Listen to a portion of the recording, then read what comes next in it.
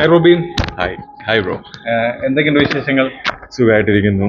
അപ്പൊ ഇന്ന് സ്കൂളിന്റെ പരിപാടി ആയതുകൊണ്ട് സത്യം പറഞ്ഞ മീഡിയനെ അവർ ഇൻവൈറ്റ് ചെയ്തിട്ടില്ല, പക്ഷെ എന്നിട്ടും നിങ്ങൾ എഫേർട്ട് എടുത്ത് വന്നു. അതിനാദ്യം ഒരു വലിയ താങ്ക്സ്. ഓക്കെ. അല്ല, റോബിന്റെ എല്ലാ പരിപാടിക്കായാലും നമ്മളിങ്ങനെ വരും. ഒരുപാട് സന്തോഷം. ഞാൻ പറഞ്ഞില്ല, ഞാനൊരു 1.5 വർഷത്തിന് ശേഷമാണ് കാസർഗോഡ് ഒരു പബ്ലിക് ഇവന്റിൽ പോകുന്നത്. അപ്പം അവിടെയാണെങ്കിൽ എല്ലാ സ്ഥലത്തും ചെല്ലുമ്പോൾ കുറച്ചൊക്കെ ഇഷ്ടപ്പെടാൻ ഇപ്പോഴും ഉണ്ടെന്ന് അറിയുമ്പോൾ ഒരു സന്തോഷമുണ്ട്. പിന്നെന്താ പറയാ, അത് തന്നെയാണ് ഏറ്റവും വലിയ കാര്യം. നമ്മൾ കുറച്ചൊരിക്കലും ഇഷ്ടപ്പെടാന്ന് പറഞ്ഞാൽ തന്നെയാണ് വലിയ കാര്യം. ഈ നെഗറ്റീവ് കമന്റ്സും കാര്യങ്ങളൊന്നും എന്ത് ചെയ്യുന്നില്ല, മൈൻഡ് ചെയ്യുന്നില്ല. അത് പല രീതിയിൽ കാണും. അത് നമ്മൾ ഇഷ്ടപ്പെടണം, വെറുക്കുകയും വേണം. എന്നാൽ മാത്രമേ ഒരാൾ റിയൽ എന്ന് നമുക്ക് പറയാൻ പറ്റൂ. എപ്പോഴും ഒരു മനുഷ്യനെ ഇഷ്ടപ്പെട്ടുകൊണ്ടിരിക്കുകയാണെന്നുണ്ടെങ്കിൽ അയാൾ പോസിറ്റീവ് മാത്രമേ ഉള്ളെങ്കിൽ എന്തോ ഫേക്ക് ആയിട്ടാണ് ആൾ നിൽക്കുന്നത്. ഇൻ കേസ് അയാളെ ഇഷ്ടപ്പെടാനും വെറുക്കാനും കാരണം ഉണ്ടെങ്കിൽ അയാൾ റിയൽ ആണ്. കാരണം ഒരു മനുഷ്യനിൽ എപ്പോഴും പോസിറ്റീവ് നെഗറ്റീവ് ഉണ്ട്. ഈ റോബിൻ ഇങ്ങനെ സ്കൂളിലൊക്കെ ഇങ്ങനെ ആദ്യമായിട്ടാണ് അല്ല, സ്കൂളിൽ ഞാൻ പോയിട്ടുണ്ട്, പല സ്കൂളിലും പോയിട്ടുണ്ട്. പിന്നെ സ്കൂളിലൊക്കെ പോയി കഴിഞ്ഞാൽ സ്കൂളിലേതായിട്ടുള്ള രീതിയിൽ നിൽക്കാറുള്ളൂ. അപ്പം ഭയങ്കര ബഹളമോ കാര്യങ്ങളൊന്നും എന്ത് ചെയ്യാറില്ല. അത് ഞാൻ പറഞ്ഞില്ല, കഴിഞ്ഞ വർഷം ഞാൻ അതോടുകൂടി 2024 ഒരു കലാശക്കൊട്ട എന്നുള്ള രീതിയിൽ അതങ്ങ് നിർത്തി. സൗണ്ട് ഉണ്ടാക്കുന്നത് അങ്ങനെയൊക്കെ. അതെ. ഞാൻ പറഞ്ഞില്ലേ, ഒരു സാധാരണക്കാരന് അവന്റെ ലൈഫിൽ ഒരു പെട്ടെന്നൊരു ഫെയിം കിട്ടുന്നു, ഒരുപാട് പേര് ഇഷ്ടപ്പെടുന്നു. അപ്പൊ ഞാൻ ബേസിക്കലി സത്യം പറഞ്ഞ ഇൻട്രോവേർട്ടാ. എന്നെ പോലെ ഒരാൾക്ക് പെട്ടെന്ന് ഇത്രയും ഒരു ആൾക്കാർ ഇഷ്ടപ്പെടുന്നു അല്ലെങ്കിൽ ഒരു സ്വീകാര്യത കിട്ടുന്നു എന്ന് അറിയുമ്പോഴത്തേക്ക് അത് ഞാൻ എൻജോയ് ചെയ്തു. സത്യം പറഞ്ഞാൽ എൻജോയ് ചെയ്തു. ഞാൻ ഹാപ്പിയാണ്. എന്റെ സാറ്റിസ്ഫാക്ഷൻ ഞാൻ നോക്കിയാൽ മതിയല്ലോ. പിന്നെ അത് കാരണം പേഴ്സണലി ആർക്കും ഒരു ഇഷ്യൂ ഉണ്ടായിട്ടില്ല. സോഷ്യൽ മീഡിയ മാത്രം കുറച്ച് പേർക്ക് ഒരു ഇഷ്യൂ ഉണ്ട്. അത് പിന്നെ കുഴപ്പമില്ല. റോബിൻ ഇങ്ങനെ വേദിയിൽ ഇങ്ങനെ പറയണ്ടായിരുന്നു, ഞാൻ പണ്ടുപോലെ ഇൻട്രോവേർട്ടാണ്, ഇതുപോലെ വേദിയിലൊന്നും കേറിയിട്ടില്ല എന്ന് പറയുന്നത്. ഭയങ്കര സ്റ്റേജ് ഫിയർ ഉള്ള ഒരാളാണ്. ഭയങ്കര സ്റ്റേജ് ഫിയർ. കാരണം എനിക്ക് ഓഡിയൻസിനെ ഫേസ് ചെയ്യാനോ അല്ലെങ്കിൽ മൈക്കൊക്കെ പിടിച്ച് സംസാരിക്കാനൊക്കെ ഭയങ്കര പേടിയുള്ള ഒരാളായിരുന്നു. പക്ഷെ ഗ്രാജുവലി അങ്ങനെയുള്ള ഞാനാണ് ചില സമയത്ത് കാരണം മുകളിലൊക്കെ കയറി ഇനോഗ്രേഷന് പോകുമ്പോഴത്തേക്ക് അലറി വിളിച്ച് സംസാരിക്കുന്നത്. ബേസിക്കലി ഞാൻ പറഞ്ഞില്ലേ, ഞാൻ ഭയങ്കര സ്റ്റേജ് ഫിയർ ഉള്ള ഒരാളാണ്. അപ്പൊ എന്റെ ആ ഒരു പേടി അല്ലെങ്കിൽ ആ ഒരു സ്റ്റേജ് ഫിയർ അല്ലെങ്കിൽ ആ ഒരു ഭയമൊക്കെ ഓവർകം ചെയ്യാന്നുള്ളത് മാത്രമേ ഉള്ളൂ. അതിന് നമ്മളിങ്ങനെ ഓരോ രീതിയിൽ ട്രൈ ചെയ്യുക, അത്രേ ഉള്ളൂ.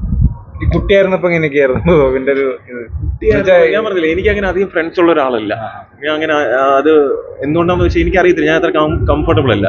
പിന്നെ ഫ്രണ്ട്സ് ആയിട്ടുള്ളവരടുത്ത് നല്ല രീതിയിൽ നിൽക്കും, അത്രേ ഉള്ളൂ. പിന്നെ എന്താ പറയാ, പിന്നെ എനിക്ക് ഒറ്റയ്ക്കാണ് ഇഷ്ടം. എന്ന് വെച്ചാൽ ലോൺലെസ് ഇഷ്ടപ്പെടുന്ന ഒരു എൻജോയ് ചെയ്യുന്ന ഒരാളായിരുന്നു. പിന്നെ അതിന്റെ കൂട്ടത്തിൽ ഇപ്പം കല്യാണമൊക്കെ ആവാറായി. പിന്നെ ആരതി വന്നു. അപ്പം ആരതി വന്നതിന് ശേഷം പിന്നെ ലോൺലെസ് അനുഭവിച്ചിട്ടില്ല, കംപ്ലീറ്റ്ലി കൂടെ ഉണ്ട്. പിന്നെ എന്താ പറയാ, നെക്സ്റ്റ് മന്ത് 16 കല്യാണം. അപ്പൊ അതിന്റെ കാര്യങ്ങളൊക്കെ ഇങ്ങനെ അനൗൺസ് ചെയ്തു ഓൾറെഡി, അറിഞ്ഞില്ലേ? ഫെബ്രുവരി 16 മാരേജ്. അപ്പൊ അതിന്റെ കാര്യങ്ങളൊക്കെ അപ്ഡേറ്റ് ചെയ്യാം. ഞാൻ പറഞ്ഞില്ലേ, മീഡിയാസിന് എല്ലാവർക്കും വരാം. പക്ഷേ നമ്മുടെ എൻഗേജ്മെന്റിന് അന്ന് വന്നിട്ട് എല്ലാവർക്കും കാണാൻ പറ്റാത്തൊരവസ്ഥ വന്നുപോയി. പക്ഷെ നിങ്ങൾക്ക് ആയിട്ടുള്ള സ്പേസ് ഉണ്ടാവും. നിങ്ങൾക്ക് അവിടെ ബൈറ്റും കാര്യങ്ങളെല്ലാം തരുന്ന, റിസപ്ഷൻ ആണെങ്കിലും മാരേജിനാണെങ്കിലും എല്ലാം തരുന്നതായിരിക്കും. കാരണം ഒബ്വിയസ്ലി നിങ്ങൾ എന്റെ ഒരു പാർട്ട്ണർ, എന്റെ ലൈഫിന്റെ ഒരു പാർട്ടാണ്. അത് ഞാൻ എപ്പോഴും അക്സെപ്റ്റ് ചെയ്യുന്ന ഒരു കാര്യമാണ്. അതുകൊണ്ടാണല്ലോ ഇപ്പോഴും സത്യം പറഞ്ഞാൽ ഇതിലൊക്കെ നിങ്ങൾ വരുമെന്ന് പോലും, ഇത്ര പേര് വരുമെന്ന് പോലും ഞാൻ എന്ത് ചെയ്തില്ല, എക്സ്പെക്ട് പോലും ചെയ്തില്ല. അതിന്റെ ഒരു വലിയൊരു കാര്യം.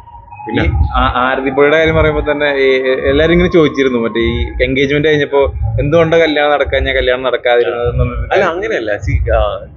എൻഗേജ്മെന്റ് കഴിഞ്ഞു, കല്യാണം 2 വർഷം. എന്ന് വെച്ചാൽ ഞങ്ങളുടെ ഇപ്പം എൻഗേജ്മെന്റിന്റെ ദിവസമാണ് നമ്മുടെ മാരേജ് വരുന്നത്. സോ എല്ലാത്തിനും അതിന്റേതായിട്ടുള്ള സമയമുണ്ട് ദാസ എന്ന് പറയുന്നത്. അതിന്റെ ഇടയിൽ പോലും ഈ പറഞ്ഞ പോലെ നെഗറ്റീവായിട്ട് ആരതിയും റോബിനും പിരിഞ്ഞു. അല്ല, നമ്മൾ പിരിഞ്ഞില്ലല്ലോ, അതുകൊണ്ടാണല്ലോ കല്യാണം കഴിക്കുന്നത്. സോ ഇനിയിപ്പോ അങ്ങനത്തെ ഇഷ്യൂസ് ഒന്നുമില്ല. എന്തായാലും ഈ ഒരു 2 വർഷം നമുക്ക് കുറച്ചുകൂടെ അടുത്തറിയാനായിട്ട് പറ്റി കാര്യങ്ങളെല്ലാം. ഇനിയിപ്പോ നമുക്ക് അങ്ങോട്ടും ഇങ്ങോട്ടും അറിയാനൊന്നുമില്ല. കംപ്ലീറ്റ് ആയിട്ട് നമ്മളൊരു ജീവിതത്തിലേക്ക് പോകുമ്പോഴത്തേക്ക് കംപ്ലീറ്റ് കാര്യങ്ങൾ അങ്ങോട്ടും ഇങ്ങോട്ടും നമ്മൾ അറിഞ്ഞ് മനസ്സിലാക്കിയിട്ടാണ് പോകുന്നത്. അപ്പം എല്ലാവരുടെയും സ്നേഹം പ്രാർത്ഥനയും അനുഗ്രഹം ഉണ്ടാവണമെന്ന് ആഗ്രഹിക്കുന്നു. ഇപ്പൊ ഇനി ഒരു വിവാഹ ജീവിതത്തിലേക്ക് പോകുന്നതാണ് റോബിൻ. അപ്പൊ എന്തൊക്കെ പ്രിപ്പറേഷൻസ് എടുത്തിട്ടുണ്ട് ലൈഫിലേക്ക് അങ്ങോട്ട്? പ്രിപ്പറേഷൻ എന്ന് പറയാനൊന്നുമില്ല. ഇപ്പൊ എനിക്ക് ഞാനായിട്ട് തന്നെ നിന്ന് പോണം. മരിക്കുന്നവരെ അങ്ങനെ തന്നെ ഇരിക്കണമെന്നൊരു ആഗ്രഹമുണ്ട്. പുള്ളിക്കാരെ എന്നെ ചേഞ്ച് ചെയ്യാനായിട്ട് ശ്രമിച്ചിട്ടില്ല. പിന്നെ ചില കാര്യങ്ങൾ എനിക്ക് തന്നെ ചിലപ്പോൾ മാറ്റണമെന്ന് തോന്നുന്നു. കാരണം നമ്മുടെ ബെറ്റർ വേർഷൻ കൊണ്ടുവരാന്നുള്ളതാണ് നമ്മുടെ കാര്യം. അതിനുവേണ്ടി ട്രൈ ചെയ്യുന്നു. അത് ഇപ്പൊ തെറ്റുകൾ എല്ലാവർക്കും പറ്റും, അല്ലെങ്കിൽ അബദ്ധങ്ങൾ പറ്റും, അല്ലെങ്കിൽ ചില കാര്യങ്ങൾ നമ്മുടെ തന്നെ ചില കാര്യങ്ങൾ നമുക്ക് തന്നെ തിരുത്തണമെന്ന് അല്ലെങ്കിൽ വേറെ രീതിയിലോ മാറ്റണമെന്ന് ചിന്തിക്കും. അങ്ങനെയുള്ള കാര്യങ്ങളല്ലാതെ ഇത് മാറ്റണം അങ്ങനെയൊന്നും പറഞ്ഞാൽ ഞാൻ മറന്നില്ല. എനിക്കാണ് സെൽഫായിട്ട് തോന്നി ചില കാര്യങ്ങൾ. ഇപ്പൊ തന്നെ സംസാരിക്കാൻ കഴിഞ്ഞ ദിവസത്തെ വീഡിയോ സോഷ്യൽ മീഡിയ വന്നപ്പോഴത്തേക്ക് റോബിൻ ഇപ്പൊ സംസാരിക്കാൻ പഠിച്ചു എന്നൊക്കെ പറഞ്ഞിട്ട് എന്ത് ചെയ്യുന്നുണ്ടായിരുന്നു, കമന്റ് വരുന്നുണ്ടായിരുന്നു. ഇപ്പൊ വലിയ ബഹളോ കാര്യങ്ങളൊന്നും ഇല്ലാതെ. ഞാൻ പറഞ്ഞില്ല, അത് ആ ഒരു പീരീഡ് കഴിഞ്ഞു. ഞാനൊരു എന്താ പറയാ സാധാരണക്കാരനാണ്. എന്നെ മോട്ടിവേറ്റ് ചെയ്യണം, എന്നെ പുഷ് ചെയ്ത് ഇതുവരെ കൊണ്ടുവരാനൊന്നും ആരും സഹായിച്ചിട്ടില്ല. ഞാൻ ഒറ്റയ്ക്കാണ് കഷ്ടപ്പെട്ടാ വന്നിട്ടുള്ളത്. അപ്പൊ എനിക്ക് കിട്ടുന്ന ആ ഒരു സ്പേസ് മാക്സിമം മാർക്കറ്റ് ചെയ്യുക, സെൽഫ് മാർക്കറ്റ് ചെയ്യുക, മാക്സിമം ആൾക്കാരിലേക്ക് റീച്ച് ഔട്ട് ചെയ്യുക. ഇങ്ങനെ ഒരാൾ, കാരണം ബിഗ് ബോസ് മാത്രം കാണാത്ത ഒരുപാട് ജനങ്ങളിലേക്കും കൂടെ നമ്മൾ എത്തണമെന്നുണ്ടെങ്കിൽ ഒബ്വിയസ്ലി നമ്മുടേതായിട്ടുള്ള എന്തെങ്കിലും എഫേർട്ട് ചെയ്താലേ പറ്റൂ. മനസ്സിലായില്ല? സോ അതിനുവേണ്ടി നമ്മള് അത്രയും നാൾ ഒരു 3 years അതിനുവേണ്ടി നിന്നു. അതിന്റെ കാര്യങ്ങളെല്ലാം കഴിഞ്ഞ ഒരു വർഷമായിട്ട് ഞാൻ അധികം ആക്റ്റീവ് ആയിരുന്നല്ല. നിങ്ങൾ ട്രോൾസ് ഒക്കെ നോക്കി കഴിഞ്ഞാൽ അധികം ഒന്നും ഇല്ലായിരുന്നു. ഏറ്റവും അവസാനം മറ്റേ കലാശക്കൊട്ടിയിൽ മാത്രം അവിടെ കാസർഗോഡ് ഒരു വീഡിയോ വന്നതല്ല. മൈക്ക് ഓണായില്ല, മൈക്ക് ഓണില്ല. അതെനിക്ക് അപ്പോഴേ തോന്നി ഏറ്റവും പണിയാണ്. അത് കുഴപ്പമില്ല, പാർട്ട് ഓഫ് ദി ഗെയിം. അതൊന്നും വലിയൊരു കാര്യമൊന്നുമില്ല. പിന്നെ ഞാൻ പറഞ്ഞു ആ ഒരു സംഭവം തീർന്നു. ഇനിയിപ്പോ ഞാൻ പറഞ്ഞില്ല, ഞാനൊരു മെഡിക്കൽ ഹെൽത്ത് കെയർ കമ്പനിയുടെ ബ്രാൻഡ് അംബാസിഡർ അപ്പോയിന്റ് ചെയ്തു. അപ്പൊ ഇനിയിപ്പോ എന്നെ പ്രൊഫഷണലി ഒരു 5 വർഷത്തെ കോൺട്രാക്ട് ആണ്. അപ്പൊ അത് റിലേറ്റഡ് ആയിട്ടുള്ള കാര്യങ്ങൾ ചെയ്യും. അത് കഴിഞ്ഞതിന് ശേഷം ഗ്രാജുവലി മൂവിയുടെ കാര്യങ്ങൾ ചെയ്യും. ഞാൻ പറയാം, പലരും ചോദിക്കുന്നുണ്ട് മൂവി എന്ത് ചെയ്യാത്തെന്ന്. ഏതെങ്കിലും ഒരു മൂവി ചെയ്യാനാണെങ്കിൽ എപ്പോഴെങ്കിലും ചെയ്യാം. പക്ഷെ നമ്മൾ ചെയ്യുമ്പോൾ അത്യാവശ്യം നമ്മളൊരു സാറ്റിസ്ഫാക്ഷൻ. ഞാൻ ബിഗ് സ്ക്രീനിലൊക്കെ വരണമെന്ന് കുട്ടിക്കാലം മുതലേ ആഗ്രഹിച്ചിരുന്ന ഒരാളാണ്. അപ്പം അതിനുവേണ്ടി കഷ്ടപ്പെട്ട് പയ്യെ സ്റ്റെപ്പ് ബൈ സ്റ്റെപ്പ് പോകാന്നുള്ളത്. ഇപ്പൊ എന്റെ പ്രൊഫഷനാണ് ഞാനിപ്പം ഫോക്കസ് ചെയ്യുന്നത്. കാരണം അതുകൊണ്ട് എല്ലാവർക്കും ഗുണം വരുന്ന ഒരു കാര്യമാണ് കേട്ടോ. എന്താണെന്നുള്ള ഈ മാസം ഓരോരോ ലോഞ്ചും കാര്യങ്ങളൊക്കെ ഉണ്ടായിരിക്കും. പിന്നെ മീഡിയസിനെ എസ്പെഷ്യലി അറിയിക്കും. കാരണം പ്രസ് മീറ്റും കാര്യങ്ങളൊക്കെ ഉണ്ട്. അത് എല്ലാവർക്കും ഉപകാരപ്പെടുന്ന ഒരു കാര്യമാണ്. അതിന് എനിക്ക് റിവീൽ ചെയ്യാൻ റെസ്ട്രിക്ഷൻ ഉണ്ട്. അതുകൊണ്ടാണ് ഈ വിവാഹം കഴിക്കാൻ പോകുന്ന അത് ആരതിപ്പൊടി തമ്മിൽ ലവ് മാരേജ് ആണ് കഴിക്കാൻ പോകുന്നത് തന്നെ. അപ്പോ ആരതിപ്പൊടി എന്നുള്ള ഒരു വ്യക്തി ഒരു സംരംഭക കൂടിയാണ്. അപ്പോ കല്യാണം കഴിക്കുമ്പോൾ ഒരു പാർട്ണർ എന്നുള്ള രീതിയിൽ റോബിൻ എന്തൊക്കെ കാര്യങ്ങൾ ശ്രദ്ധിക്കുന്നത്? ആക്ച്വലി ആരതിപ്പൊടി സ്വന്തമായിട്ട് മെച്യൂർ ഇനഫ് ആണ് അവളുടെ കാര്യങ്ങൾ നോക്കാൻ വേണ്ടി. അവള് സ്വന്തമായിട്ട് കഷ്ടപ്പെട്ട് വന്ന് സ്വന്തമായിട്ട് അവളുടേതായിട്ടുള്ള ഐഡന്റിറ്റി ക്രിയേറ്റ് ചെയ്ത ഒരാളാണ്. അവൾക്കിപ്പോ ഞാൻ സ്പെസിഫിക്കലി ഒന്നും പറഞ്ഞു കൊടുക്കേണ്ട ആവശ്യമൊന്നുമില്ല. പിന്നെ സപ്പോർട്ടായിട്ട് എപ്പോഴും ഞാൻ ഉണ്ടായിരിക്കും. അത് തിരിച്ചാണെങ്കിൽ എനിക്ക് നല്ല രീതിയിൽ സപ്പോർട്ടായിട്ടുണ്ട്. അതിൽ ഞാൻ ഭയങ്കര രീതിയിൽ എന്താ പറയാ ഹാപ്പിയാണ്. പിന്നെ എന്റെ പാരന്റ്സ് ആണെങ്കിലും അവളുടെ പാരന്റ്സ് ആണെങ്കിലും എല്ലാ രീതിയിലും നമുക്കിപ്പോ ക്ലോസ് ആയിട്ടുള്ള സർക്കിൾ എല്ലാം നല്ല സ്ട്രോങ് ഉണ്ട്. ഞാൻ ഇപ്പൊ എല്ലാവരും ഭയങ്കര ചൂസി ആയിട്ടാണ് കൂടെ നിർത്തുന്നത്. അനാവശ്യമായിട്ടുള്ള പണികളൊന്നും മേടിച്ചു കൂട്ടുന്നത് അല്ല, ഇങ്ങനെയൊക്കെ പണികൾ മേടിച്ചു കൂട്ടി പഠിച്ചിട്ടാണോ അങ്ങനെ ചെയ്യുന്നത്? ഒബ്വിയസ്ലി നമുക്ക് അറിയത്തില്ലല്ലോ. ഇപ്പൊ ഒരാൾ നമ്മളോട് സ്നേഹത്തോടെ സംസാരിക്കുമ്പോൾ നമുക്ക് അയാളുടെ, ഞാനാണെങ്കിൽ പെട്ടെന്ന് എല്ലാവരും വിശ്വസിക്കും, എല്ലാവരോടും സംസാരിക്കും, എല്ലാവരോടും നല്ല അങ്ങനെയാണ്. നിങ്ങൾ അന്ന് തന്നെ കാണുന്ന കണക്ക് തന്നെയാണ് ഞാൻ നിങ്ങളോട് പെരുമാറുന്നത്. അതിലൊരു മാറ്റം. ഞാൻ എല്ലാവരോടും അങ്ങനെയാണ്. ചിലരെങ്ങനെയെന്ന് വെച്ചാൽ ചിലരുടെ ഇന്റൻഷൻ ശരിയാവത്തില്ല, ചിലർ വരുന്ന ഉദ്ദേശം അതൊക്കെ നമുക്ക് മനസ്സിലാക്കാൻ പറ്റുമെങ്കിൽ നമ്മുടെ ദൈവമാണ് അല്ലേ. ചില കാര്യങ്ങളൊന്നും നമുക്ക് മനസ്സിലാക്കാൻ പറ്റത്തില്ല. സോ അങ്ങനെ ചില വീഴ്ചകൾ വരും. അതിൽ നിന്നൊക്കെ നമ്മൾ മുന്നോട്ട് വരിക എന്നുള്ളത് മാത്രമേ ഉള്ളൂ. എന്ന് പറഞ്ഞാൽ നമ്മുടെ ഭാഗത്ത് തെറ്റ് വരാതിരിക്കുമെന്നല്ല. മനുഷ്യരായ തെറ്റ് വരും, അത് തിരുത്തുക, മുന്നോട്ട് വരിക. എന്തെങ്കിലും വീണാൽ തന്നെ എന്ത് ചെയ്യാം, മുന്നോട്ട് കയറി വരിക എന്നുള്ളത് മാത്രമേ ഉള്ളൂ. ഈ റോബിന്റെ ഒരു പോർഷെ പനമേരയുടെ ഒരു ട്രോള് പണ്ട് പോലെ കേൾക്കുന്ന ഒരു കാര്യമാണ്. പക്ഷെ നമുക്ക് ഈ കല്യാണത്തിന് അങ്ങനത്തെ ഒരു കാര്യമുണ്ട് കേട്ടോ.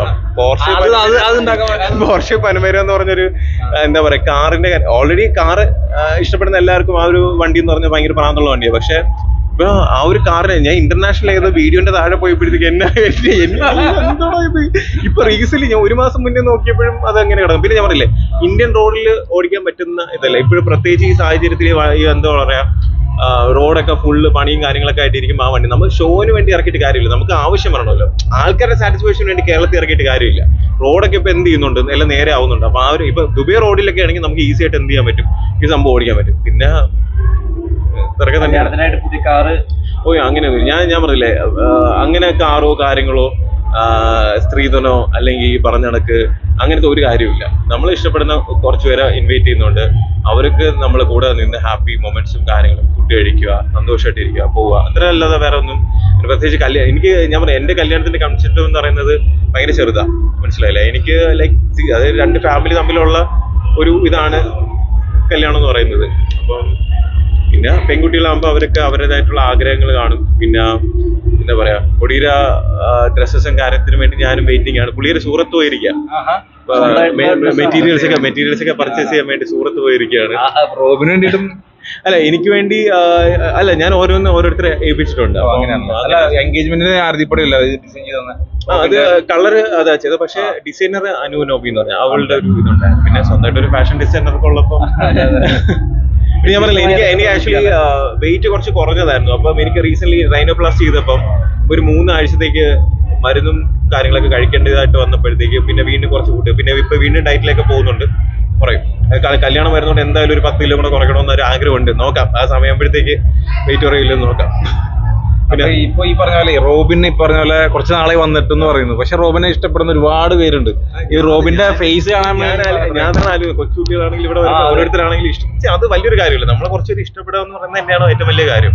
അല്ല അപ്പൊ അവർക്ക് വേണ്ടി റോബിൻ എന്തെങ്കിലും കാര്യങ്ങളൊക്കെ ചെയ്യണ്ടേ? അപ്പൊ എക്സാക്ട്ലി അതിനാണ് ഞാൻ പറഞ്ഞത്. എന്റെ മെഡിക്കൽ പ്രൊഫഷനിൽ അതാ ഞാൻ പറഞ്ഞത്, എന്നെ ഇഷ്ടപ്പെടുന്നവര്, എന്നെ ഇഷ്ടപ്പെടാത്തവര്, എന്നെ അറിയുന്നവര്, അറിയാത്തവര് എല്ലാവർക്കും ഗുണം വരുന്ന കാര്യമാണ്. ഇന്നേ വരെ ഇന്ത്യയിൽ ഇംപ്ലിമെന്റ് ചെയ്യാത്ത ഒരു കാര്യം, ഒരു റെവല്യൂഷൻ ഉണ്ടാക്കുന്ന ഒരു കാര്യമാണ് വരുന്നത്. മനസ്സിലായി? അടുത്തൊരു 6 months അതെന്താണെന്നുള്ളത് കമ്പനി തന്നെ എന്ത് ചെയ്യുക, അനൗൺസ് ചെയ്ത് സോഫ്റ്റ് ലോഞ്ച് ചെയ്യുമ്പോഴേ പറയാൻ പറ്റും. എനിക്ക് എന്റെ ബ്രാൻഡ് അംബാസഡറായിട്ട് സൈൻ ചെയ്തുകൊണ്ട് ചില കാര്യങ്ങൾ പറയാനുള്ള റെസ്ട്രിക്ഷൻ ഉണ്ട്. അല്ലെങ്കിൽ ഞാനിപ്പോ വിളിച്ചു പറയുന്ന ആളാണ്, അറിയാമല്ലോ, കൺട്രോൾ ചെയ്തിരിക്കുന്ന മാത്രമേ എനിക്കറിയാം. പിന്നെ അപ്പൊ അങ്ങനെ ആവട്ടെ ലൈഫ്. അപ്പൊ എല്ലാവർക്കും happy new year. Social media കാണുന്ന എല്ലാവരും ഹാപ്പി ആയിട്ടിരിക്കൂ, എന്താ പറയാ, എൻജോയ് ചെയ്യൂ, പൊളിക്കൂ. ഇനി നെഗറ്റീവ് കമന്റ്സ് ഒക്കെ ഇട്ട് വെറുതെ വിഷമിപ്പിക്കരുത്. പാവോടെ ഞാൻ ജീവിച്ചോട്ടെ. Thank you bro. എന്തായാലും നിങ്ങൾക്ക് ഒരു ബൈറ്റ് തരാൻ പറ്റിയല്ലോ. Thank you. Okay by.